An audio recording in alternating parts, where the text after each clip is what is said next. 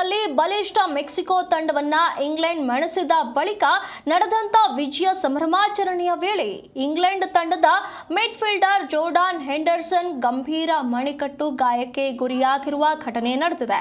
Mexico ತಂಡವನ್ನ 3-2 ಅಂತರದಲ್ಲಿ England ತಂಡ ಮಣಿಸಿದ ಬಳಿಕ ಜಾಹೀರಾತು ಫಲಕದಿಂದ ಆಕಸ್ಮಿಕವಾಗಿ ಕೆಳಗೆ ಬಿದ್ದು ಗಾಯಗೊಂಡ ಜೋರ್ಡಾನ್ ಹೆಂಡರ್ಸನ್ ಅವರನ್ನ ಸ್ಕೆಚರ್ನಲ್ಲಿ ಮೈದಾನದಿಂದ ಹೊರಗೆ ಕರೆದೊಯ್ಯಲಾಯಿತು.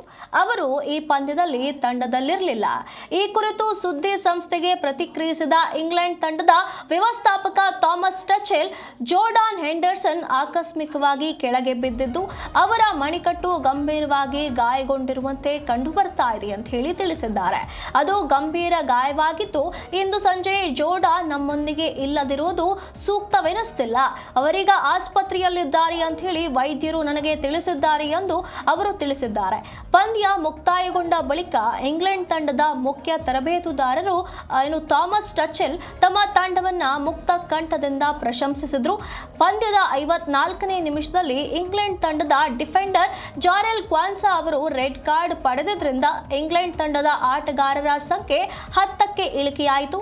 ಹೀಗಿದ್ದು ಅದು ದಣಿವಿನಲ್ಲಿರುವಂತಹ ಹೋರಾಟ ನಡೆಸಿದ್ದಂತಹ ಇಂಗ್ಲೆಂಡ್ ತಂಡ ಬಲಿಷ್ಠ ಮೆಕ್ಸಿಕೋ ತಂಡವನ್ನ 3-2 ಅಂತರದಲ್ಲಿ ಮಣಿಸಿ ವಿಜಯದ ನಗೆ ಬೀರಿದೆ.